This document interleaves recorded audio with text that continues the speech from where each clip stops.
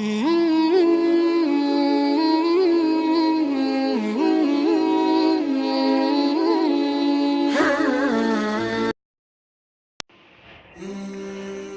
الرحمن الرحیم۔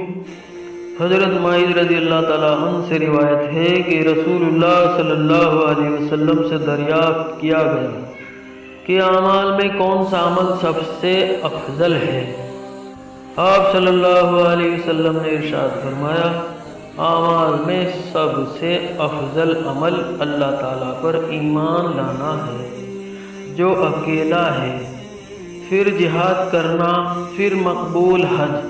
ان اعمال اور باقی اعمال میں فضیلت کا اتنا فرق ہے جتنا کہ مشرق و مغرب کے درمیان فاصلے کا فرق ہے۔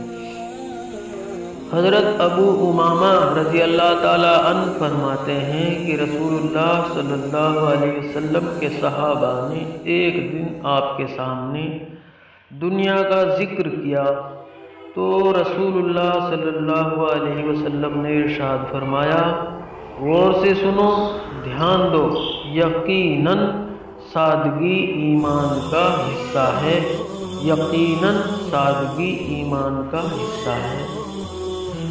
اللہ تعالیٰ ہم سب مسلمانوں کہنے سننے سے زیادہ عمل کرنے کی توفیق عطا فرمائے اور بری عادتوں سے، برے اعمالوں سے بچنے کی توفیق عطا فرمائے، آمین۔